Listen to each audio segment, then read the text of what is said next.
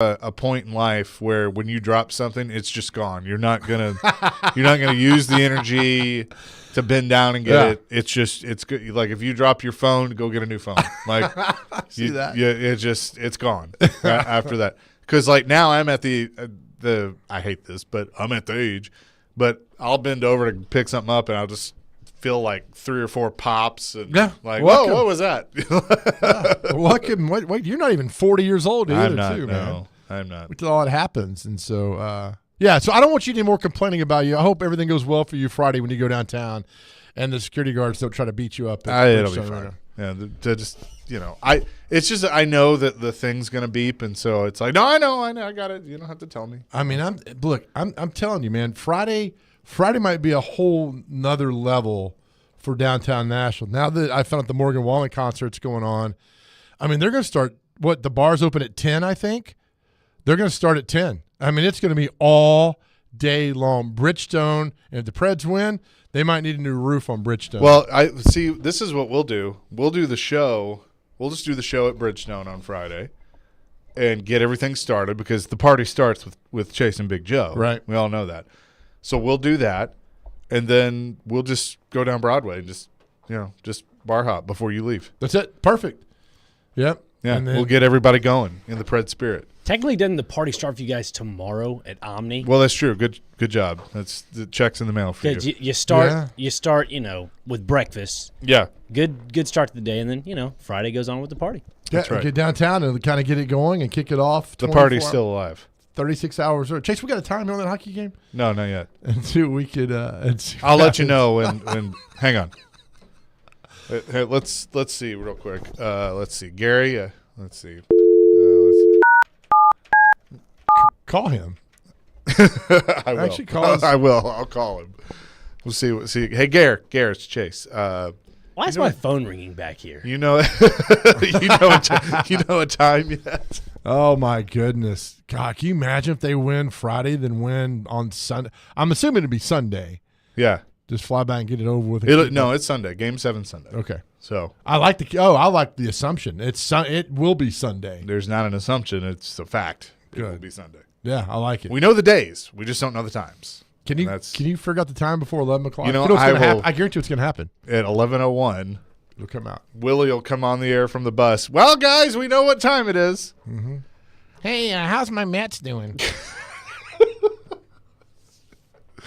Is that our Willie impression? Yeah. How are the Mets doing? Then you'll get a. Hold on a second. Hold on a second. 615-737-1025 is our phone and text line, driven by WilsonCountyHyundai.com. Tune in to 94.9 The Fan today as the Nashville Sounds take on the Norfolk Tides at First Horizon Park. Pregame at 6:20, the first pitch at 6:35. Coverage also available on the 94.9 The Fan app and 94.9thefan.com. Sounds baseball on 94.9 The Fan is presented by Twin Peaks, Family Leisure, and Busy Bee Plumbing, Heating, and Air Conditioning.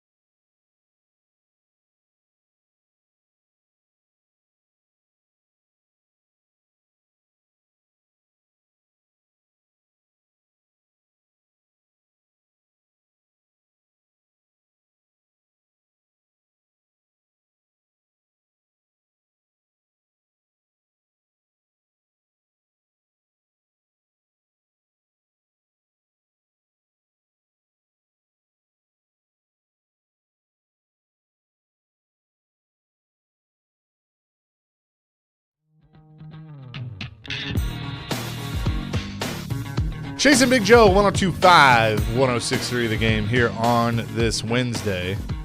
Dr. Crane on the ones and twos. What is this? I like this. Something to get you going. By the way, Dylan on our text line, I got kicked out of a bar on 2nd Avenue for doing the worm across the floor one time. It was very gross in retrospect. I throw my shoes away after walking in on a bar on 2nd Avenue. I would not even want to do the worm across the floor. Here's my question for Dylan.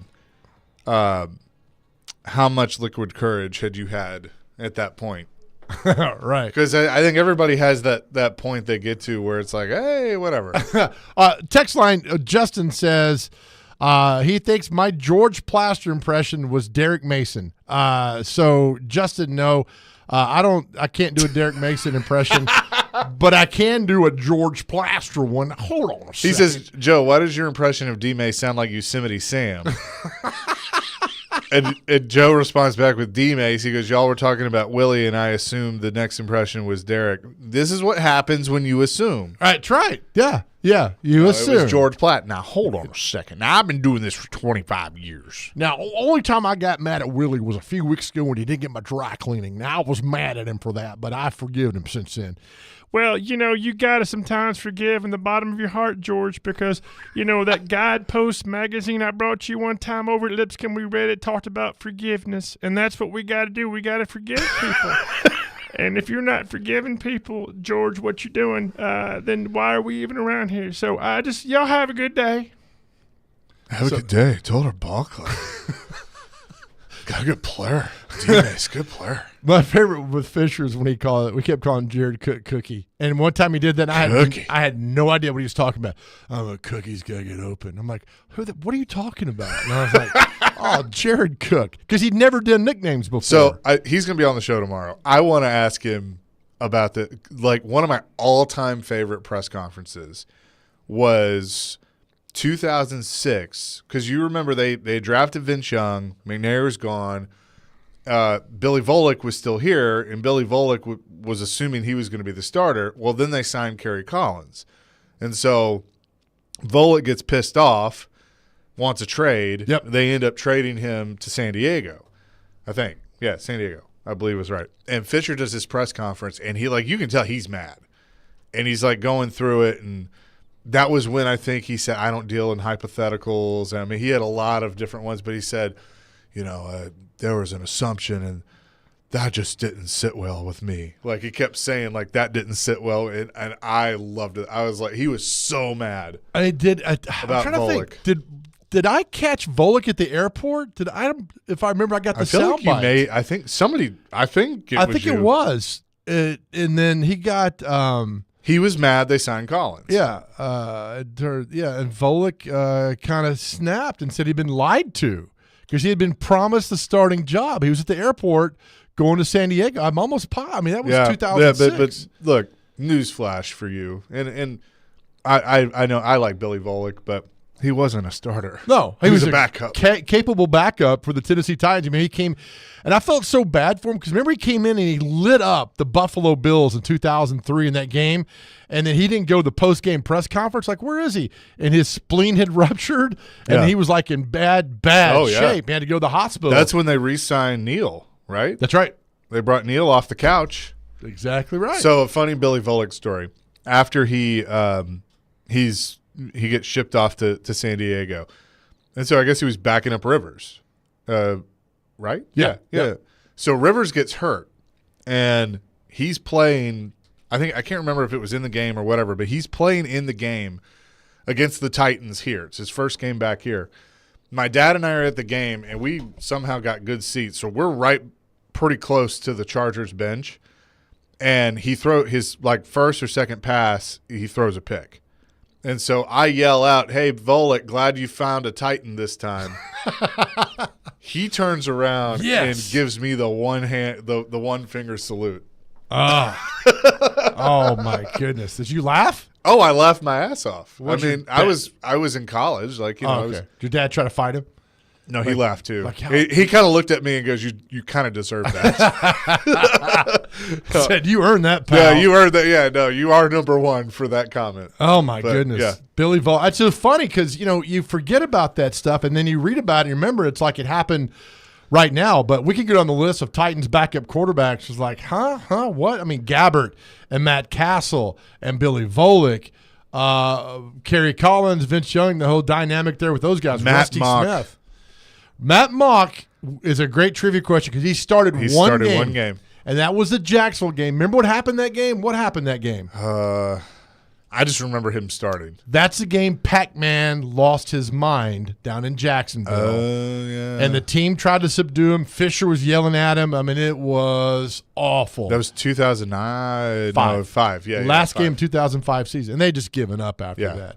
I mean, there are iconic moments with this Tennessee Titans franchise that I'll never forget that. I'll never forget the Perry Phoenix. Who's the other guy? He fought for the heated seat. Damn it. He played at UT. He was on a home Joey improvement. Kent? No, the DB. TV. Perry Phoenix. It's killing me. Text line, help me out here. They got in a fight over a heated seat. It was right in front of me. He played at UT. Now he's on some home improvement show. He was a terrible DB in the NFL. Tim Allen? Tim. Oh, man. Oh, man. Who? Deshaun, what's his name? It's killing me now. He's on the Tennessee DB was on the team. His name's Deshaun? No, not Deshaun. God, he fought 2001 team. I have to look it up now. This is when your memory goes bad. Just iconic moments that All right, hang on. Let's see if I can. I don't remember. I feel like I would remember a Vol. Deron Jenkins. That's Ron Jenkins. Deron Jenkins and Perry Phoenix got into a fight over a heated seat. Remember 9/11 happened. They postponed the game to the end of the season. It was the Bengals at home. It was like 36, and I don't blame him for fighting. Hell, I almost came down there and fought him for the seat too as well. It was like 36 degrees. It was drizzling rain. It was awful. There was like 8,000 people at the game. Why I was there, I still have no idea. It was just blatant stupidity on my part. And I'm seeing these guys get into a headlock and fight. I'm like, why are they fighting for playing time? Then word came out they were fighting for a heated seat on this. That's how bad the team was. D-Mace just texted and said Deron Jenkins. Deron Jenkins, thank you. See, remembers it. Derek Mason's a true professional. He would have been fighting those guys because they weren't paying attention. These two boneheads were fighting over a heated seat. Perry Phoenix and Deron Jenkins. Thank you, D-Mace. I forgot about Perry Phoenix being. I mean, I remember. Was he on the Super Bowl team too? I don't think so. I think, did he not did he block a field goal or he tackled somebody after a block versus the Ravens and the Regulars, something like that. But, Perry Phoenix, free safety, number 35, I think it was. Yep.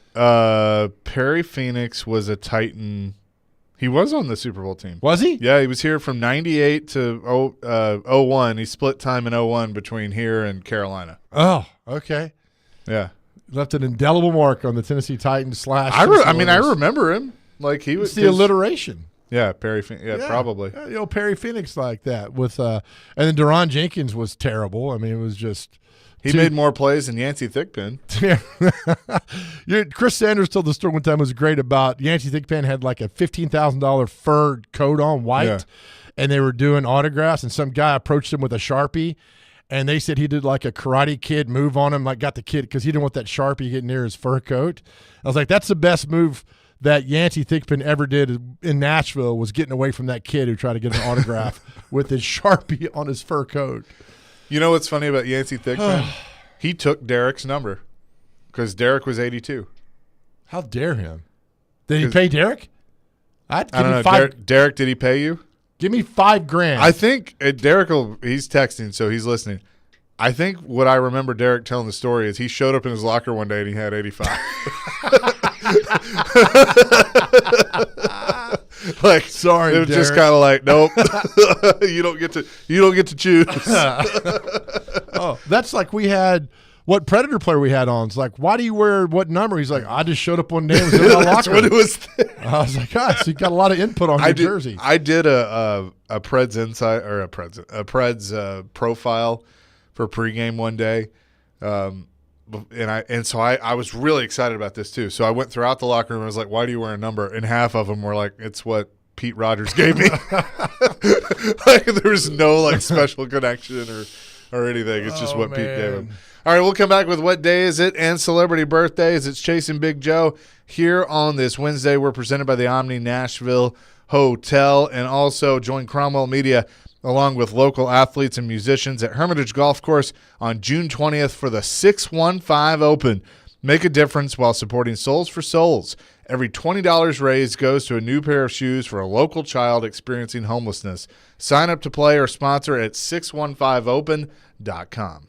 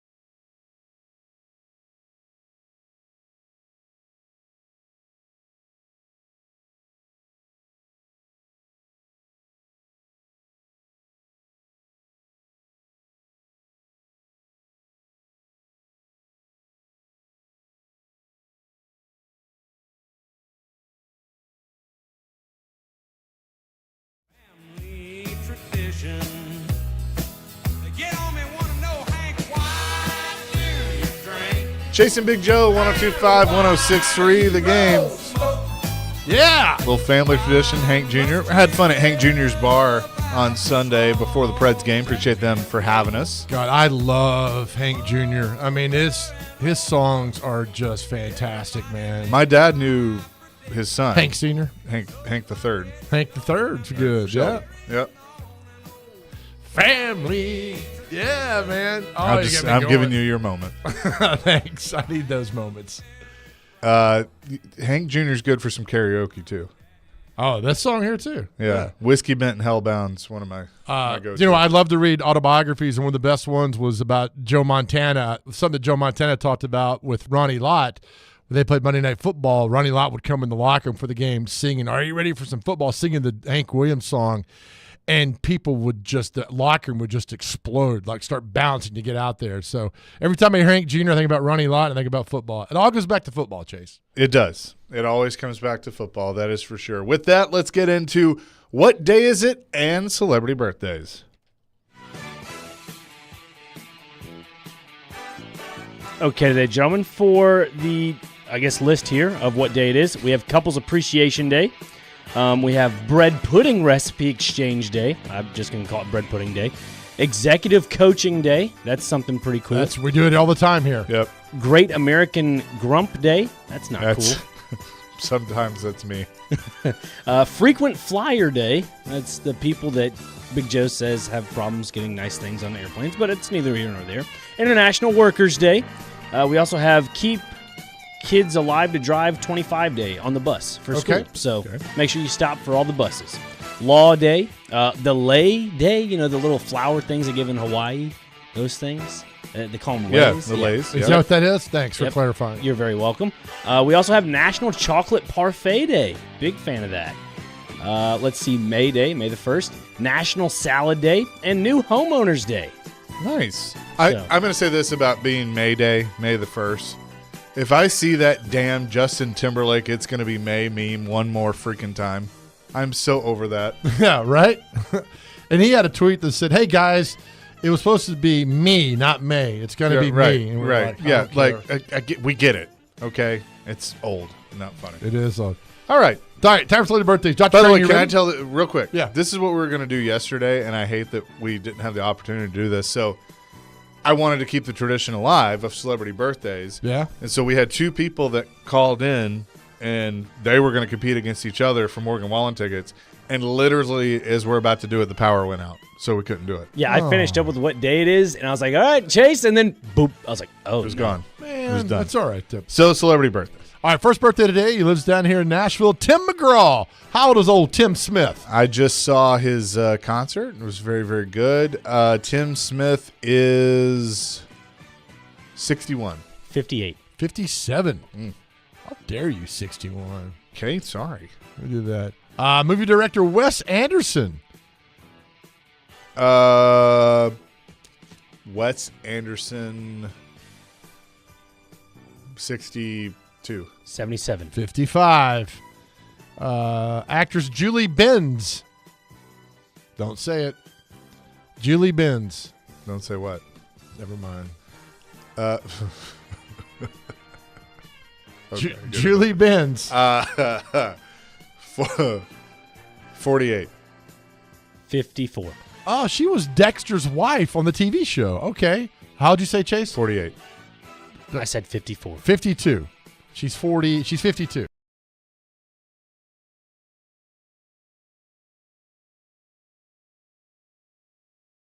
Singer Judy Collins. What'd she sing?